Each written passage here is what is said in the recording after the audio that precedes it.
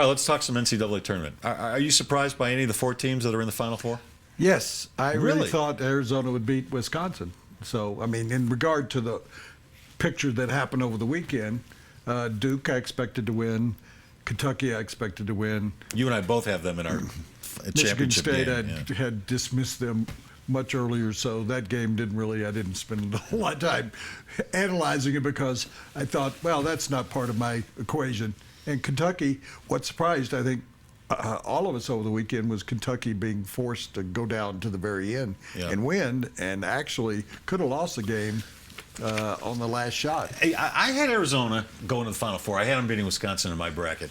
But I'm not surprised Wisconsin. I mean, No. and Wisconsin has a couple really good NBA prospects. And Decker Bo Ryan is and a great coach, Yeah, and they're under control. It's a good free throw shooting team. It's a good team. I saw a moment during the game where they said that was the first turnover they had committed in that entire half, and I thought, well, that's because they're well controlled, they're well disciplined, they're a very smart team, and so, I just thought Arizona's talent level would win out. They may have had the best starting 5 overall left in the tournament, and that didn't do them any good. I don't think anybody should be surprised that Michigan State's back in. Well, we know Izzo's record.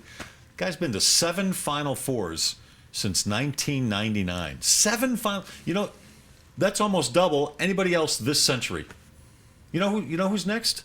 Coach K. 4 Final Four appearances. Well, let's look at it for a moment. What have you got in the Final Four? 4 great coaches. Yeah. 4 great coaches. Yeah, absolutely. The influence and effect of head coaches in college basketball. So if I were starting my bracket over today, if you and I made out a bracket or I got knocked in the head and forgot everything that happened the last month, I would put more emphasis. I put a lot on it, but I would put more emphasis. Think about this next year. Don't pick dogs and cats. Don't pick conferences. Pick coaches. Great idea. Great point. Think about it. When you come down to the Final Four, you got Bo Ryan, who's proven to be a great coach. You got Coach K, and you mentioned it, Calipari. He's a great coach because he recruits extremely well. That helps. He out coaches them in the offseason. He's got another great recruiting class. All this talk about going to the NBA, he's got a better recruiting class coming in next year, supposedly, than he's had in the last 3 years. Here's another reason nobody should be surprised by Michigan State getting in. And Tom Izzo. And Tom Izzo.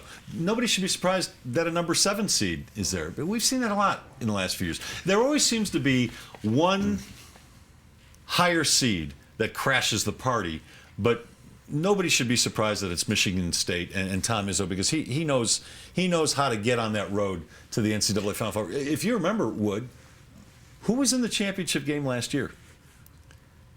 Connecticut, a number 7 seed, and Kentucky, a number 8 seed. Kentucky was an 8th seed last year. And Connecticut won, so a 7th seed actually won the tournament last year. And it seems to me like every time that I went to the Final Four, Tom Izzo was in the Final Four. And you know who played for him in the Final Four? Played against him in the Final Four. Against Izzo? Ty Lawson. Oh, that's true. North Carolina. So Tom Izzo is a great coach. He probably has the least amount of talent of the 4 teams, but he did the best coaching job, and I think he'll be the coach of the year in the NCAA. Not based on this, but just what he's done with his team this year. But here's something else to think about. You realize that 3 of those 4 coaches are in their 60s? So all those people who say, older coaches can't relate to these young 18, 19, 20-year-olds, that's a bunch of bull. It's a bunch of bull. But you also made a great point.